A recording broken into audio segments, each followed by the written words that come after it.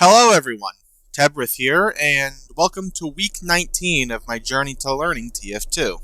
If you're new here, this is a documentation series about my journey to learning this old hero shooter named Team Fortress 2.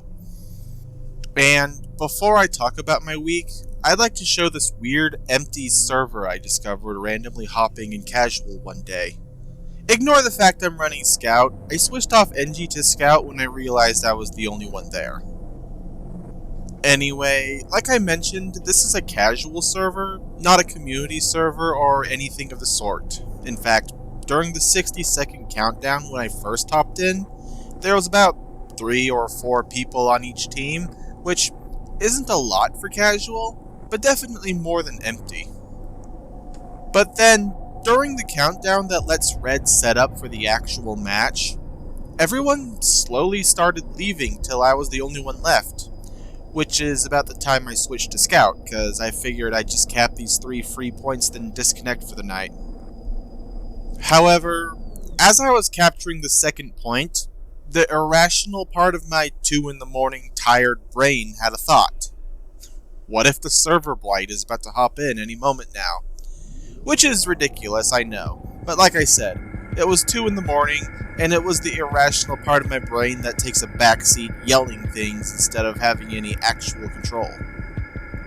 That being said, I cannot deny that after the second point was capped, I took stock of where I could throw my corpse into out of bounds, which, by the way, is not a difficult thing to accomplish on hardwood, and then had my eyes glued to the chat box to make certain a large influx of players didn't log in all on red all of a sudden. Of course, I captured all 3 without issue, but the whole situation definitely unnerved me slightly, because it's one thing if it's a community server or an offline server, you're expecting it to be empty at that point, but if it's a legitimate official server that you got matchmakered into, that's when things start getting eerie. Anyway, moving on to what actually happened over the week, I kind of want to call a mulligan on it, because not a lot of notable progress has been made. Nothing worth making a video on, at least. Which sort of makes me think I probably should have gone Demo Man instead. But since it's too late to change that now, allow me to make some observations. By far, my favorite wrench so far is the Eureka effect. Primarily because I'm so sick of having my entrance teleporter be taken out so easily. With the Eureka effect, I can just teleport to spawn, deal with whoever is messing with my entrance, fix or replace it, depending if I manage to rescue it or not, then teleport back to my nest.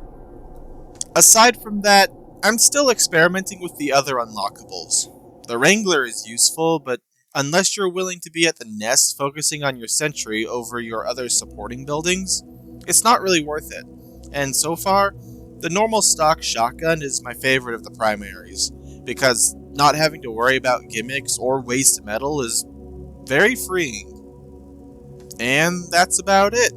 I know I could probably go deeper into things, such as preferred building placement or what my actual preferred loadouts are, but like I said earlier, progress with Engineer has been a lot slower than with my previous classes, and I'd like to get even more practice in before I talk about anything in depth.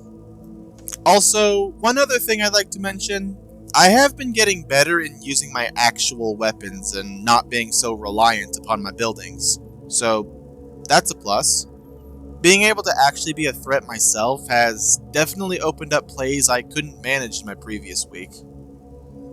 This coming week, unless something unforeseen happens, my schedule is going to be a lot more open than it usually is, so I'm planning on focusing more time than usual on TF2. Since it's become so apparent that my engineer play needs the extra dedication. And with that, I hope you all have a wonderful remainder of your day.